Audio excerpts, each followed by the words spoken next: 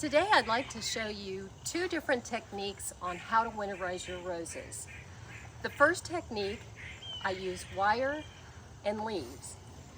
I purchase wire from the garden center in a roll like this, and then I open it up and cut it to the length that I need, which I've already done. Then I take this wire and I connect it, and I use zip ties to connect it. They come in handy. They last throughout the season. They don't, fall apart or anything. And they're easy to cut off, because in the spring you'll take this off and you'll want to probably roll it back up because it'll be a lot easier to store that way. So this doesn't have to be perfect, but it's just, you want to make sure it's connected and secure. The wire is going to keep everything in place, but we're going to need to put in some stakes to hold the whole structure together and to keep it from flying in the wind. So I've got stakes, and I bought these at the garden center as well, but you can use, if you have any kind of rebar or sticks, you can use those too.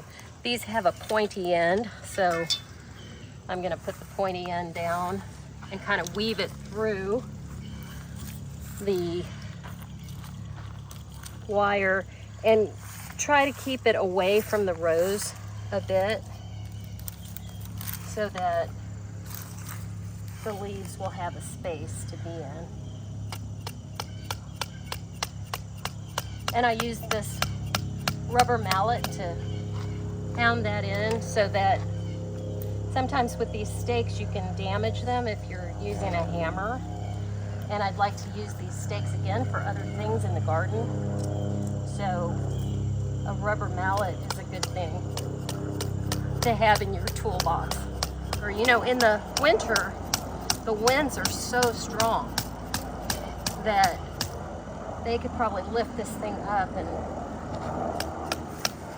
take it away. So we want to make sure that's secure. Push the mesh in there. And then you've got your structure built to keep all your leaves in. One thing I didn't mention is that I've already come in and taken off all the leaves in the bed and off the rows.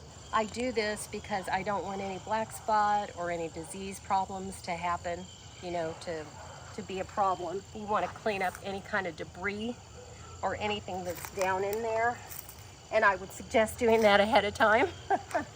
Then I take my leaves, and I've got these little tubs that I use, and these are great tubs. I think I got mine at Gardener's Supply. They just come in handy for lots of things. I don't get paid to say where I get these, but I just think it's nice to know when there's something that really works. It's just a good thing to know. So I put in one batch, and I'm just gonna tuck the leaves down, and you can see how that insulates really well. I mean, it's covering up the entire rose bush. And the good thing about this is I learned this technique when I was in Minnesota at a national rose convention years ago, and they had a big open field, and they had all these roses, and this is how they winterize their roses. And I thought, well, we're in zone 6, and Minnesota gets much colder than we do. So I thought, well, if it works for Minnesota, it's going to work for us. So there you go. Now you have your leaves. This one stem that's sticking up, I think I'm just going to cut that. It's not going to hurt anything to do that. And that is what you'll wind up with. And then in the spring, when you come back and it's starting to warm up, you'll just pull this whole thing up and blow the leaves out or rake the leaves, and you're done with your mulch. My second way of mulching, and all of this is nice because it's basically free. You're not having to go out and buy anything. It's all just available in your yard. But this is the second way that I mulch, is I use pine needles. And you just go out and rake up your pine needles, but I use a paper collar to hold my pine needles in. And so what I do is I open up the paper like this, like you're gonna read it, and then I turn it and I fold it in thirds, and then I staple the ends. And I did this a long time ago when I worked at Flower and Garden Magazine. We used to do this, and we had about 200 roses, so it worked very well there, and it held the mulch in very well for us.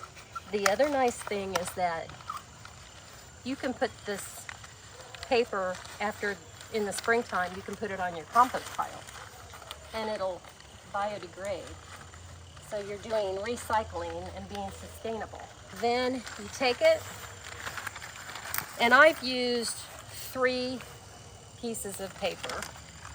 And actually, I don't know if I told you, but I have 3 plies of paper, or 3 pieces in each section. So you want it to be a little thick. Then when I get it to the right size, I just staple the ends together. And you know, the weather is going to hit it, and it may not look very pretty, but it's still going to hold up. It's amazing how well the paper actually holds up. And you can buy collars for roses, and you can buy plastic collars and all of that stuff. But to me, I like the recycle part of this. So then you take your pine needles, and you put those, I'm just using a pitchfork because it's easier, and you place those into your collar. And I think I said this before, but if it settles, you can come back and add some more. But pine needles are a great insulator. I've got pine cones in here. It's not going to hurt anything to put the pine cones in, but if you can get more needles than pine cones, that's ideal. That is my second technique for keeping the graft of my rose protected. Now the tops of the rose, those are exposed, and that's okay. If we get a bad winter, those canes may turn black, but the down where the mulch is, where the pine needles are, that won't go black. That'll still be alive and have viability because we've mulched it. And that's what I do it. Most times I only mulch about that high, about 6 to 12 inches with a compost or a bark mulch. So that's gonna be fine. This one's gonna be kind of fun because there may be more green in the spring, just because it's insulated all the way around. So that'll be a fun one to see. Some people like to use cones. I don't like cones, those styrofoam cones. They keep the canes green, but sometimes if it gets really warm like it does for us in the wintertime, it encourages growth, and then you have damage that can happen from a quick freeze or, you know, just anything. So this way you're getting air circulation where your temperatures are going to be cold, because really what we're doing here is we're trying to keep the cold in the ground. We're trying to do this when it's cold. And in my area for zone 6, I do the mulching between Halloween and Thanksgiving. You just kind of see when the temperatures get cold enough, you want a couple of freezing temperatures before you mulch. This are 2 of my techniques that I do. If you'd like a more detailed video on how to winterize your roses, you can follow the link to my winterizing roses, and I give a more detailed demonstration of how to winterize roses. Don't forget to like and subscribe.